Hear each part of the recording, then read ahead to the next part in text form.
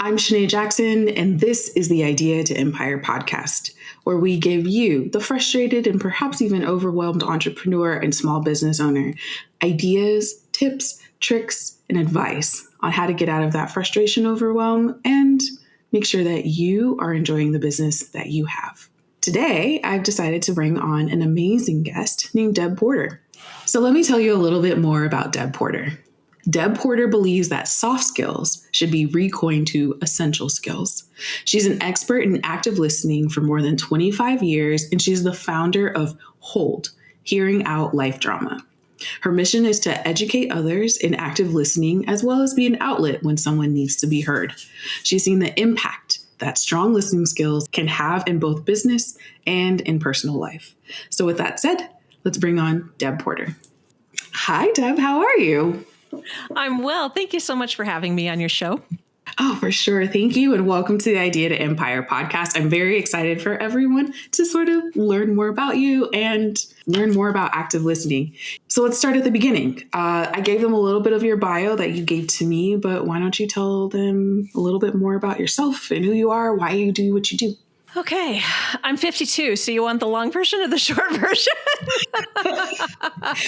We talked about this. You can share whatever you would like to share in the specificity or vagueness that you would like to share it in. No worries. All good. My story started out actually when I was 19. I felt called to ministry. I felt called to help people. And so I thought that was going to be through the church. And so I went to seminary and I got my Master of Divinity degree with a specialization in care and counseling. However, as I was serving churches full time, 3 years in, the LGBTQ plus issue blew up in the church. And at the same time that happened, a family member came out to me. And I realized that if a congregant came and asked me to marry them or my family member, my answer would be yes. And at the time, I was watching colleagues be put on church trial and be stripped of their ordination. I watched them lose their pensions. And I had very close friends that were self-identified as LGBTQ+. That's who they were. And they were being turned away from the church. And it wasn't for me. I believe in a universal force that is love. And that's all that there is love. And so I walked away. And my daughter was nearing 9 months at the time. And so I was like, all right, I'm going to focus on mothering. And that's what I did for some time. My husband received a diagnosis at the time we were pregnant with her that he had a genetic condition. And the doctors all told us, we don't really know why you're alive, but you are. So yay. And that was kind of stressful. It was a time of adjustment for us and our family. So anyway, I focused on that. And then he became very ill in 2011. My husband did. When I say very ill, I'm talking critically ill. And it was during that time of his illness that I really began to understand the importance of listening to others. Even though it's something I practice in my work and in my life, I had never had a need for it in my own as I did then. And unfortunately, we don't teach people how to listen in school. It's not a part of our education. And so my family and friends, they wanted to support me, but they also didn't know how to do that well. So instead of offering support, they would often jump into fix or, trying to offer solutions, or they would over-identify with my emotions. And I would end up feeling like I needed to help them instead of getting the help I needed. And anyway, so all of that was more in the pot to stir up, right? As part of my experience.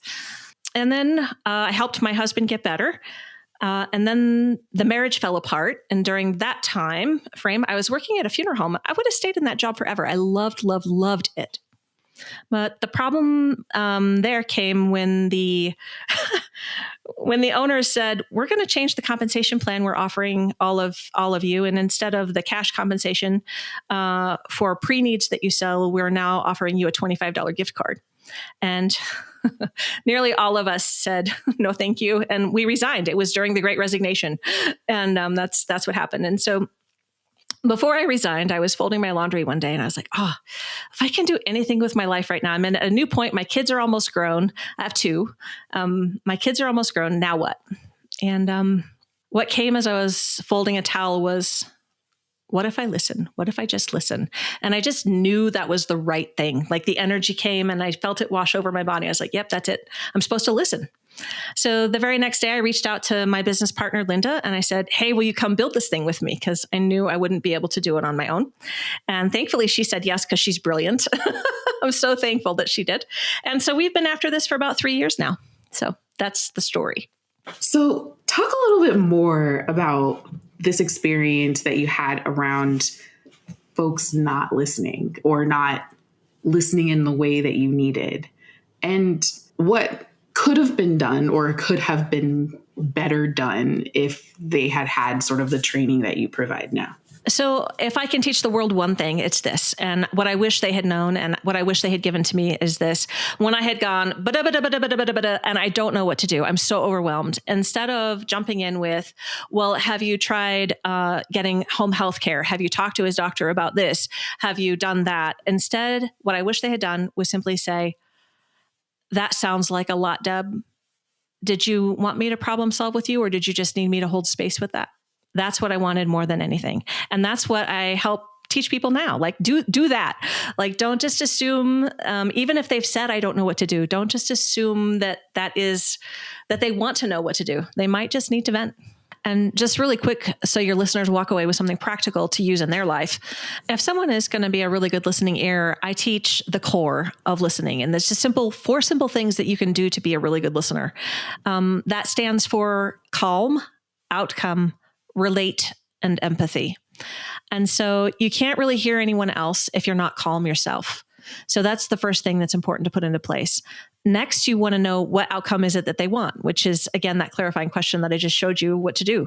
Like, what outcome are they hoping for? Do they want a problem solved? Do they want to vent? Do they, is there another reason that they're talking to you? And whatever that is, find that out, discover it, and solve that.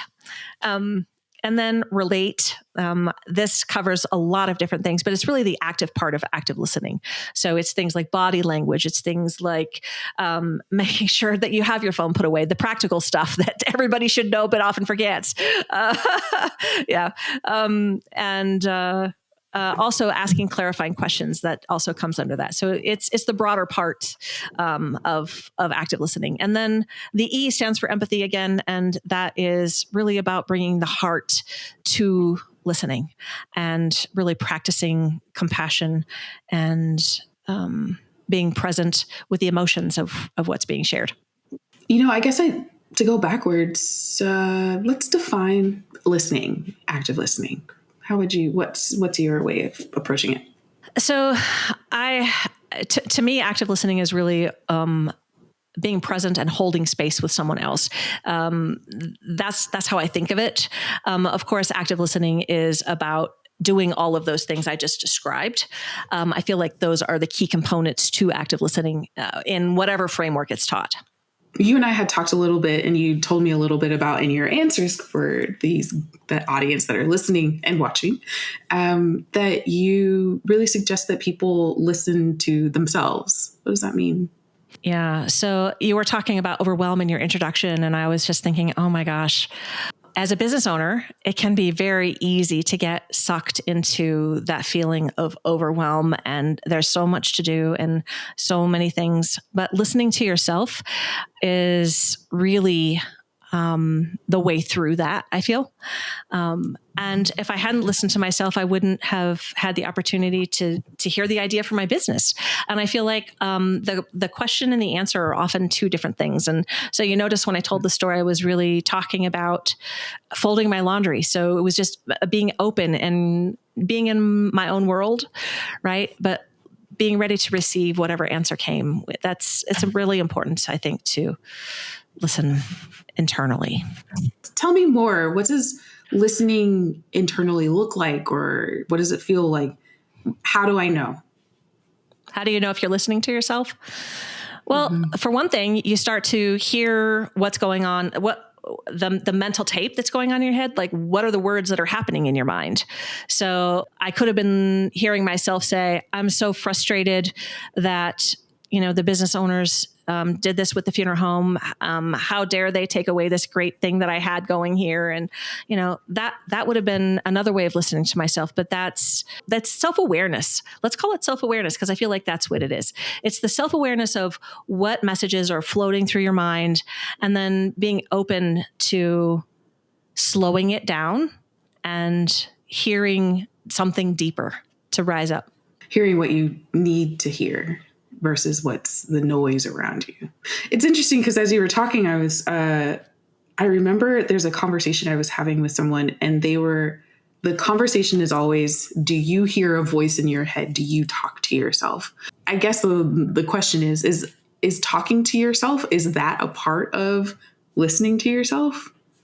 I know some people that think in color. I know some people, not everybody does. I mean, I wouldn't want to say that you have to do it that way, or that that's what everyone does. I don't think it is, because I've had the experience of others that don't. So however that arrives for you, there's nothing wrong with it. It's all good.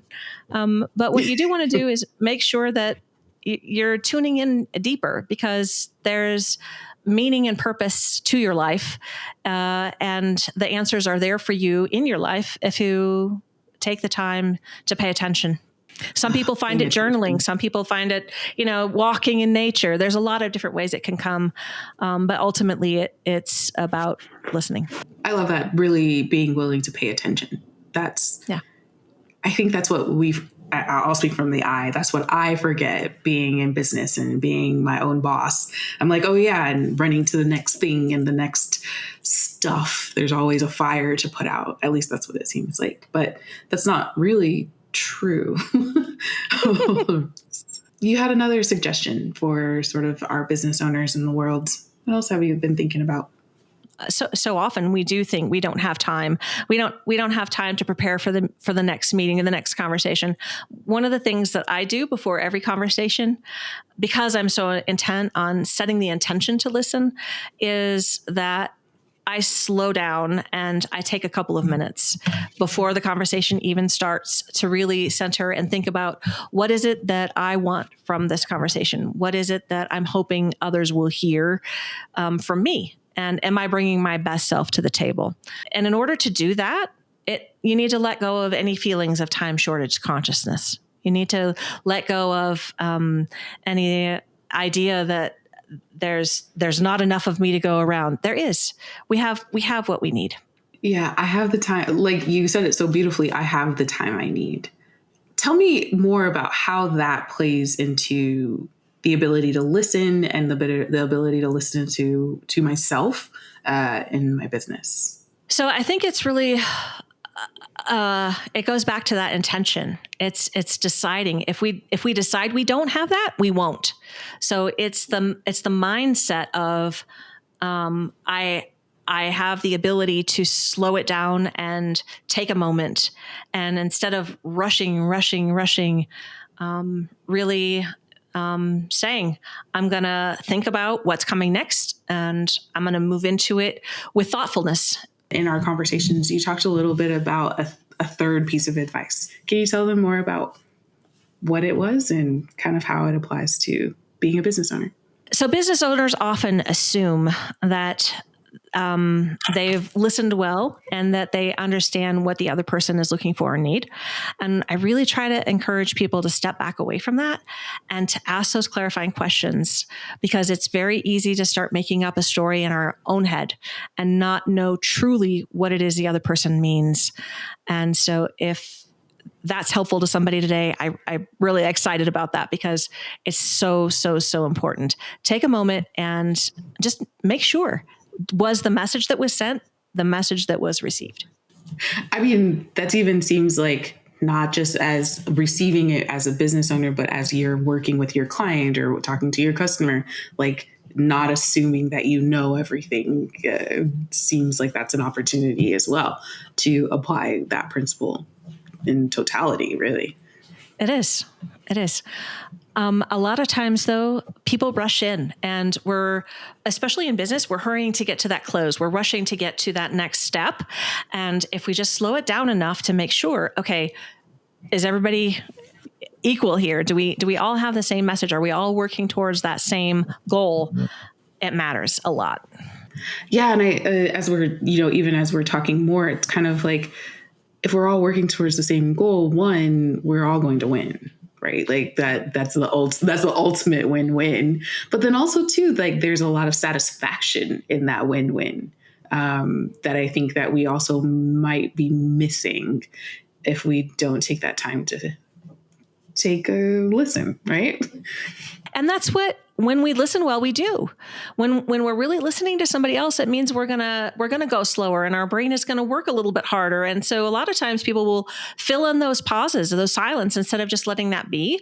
They'll rush in to fill it all, and it's really all right to. The processing happens in those moments of silence, in those moments of introspection, when we allow other people to have that time and be comfortable with it without feeling, oh my God, I have to say something. You don't. It's all right. You can just be present.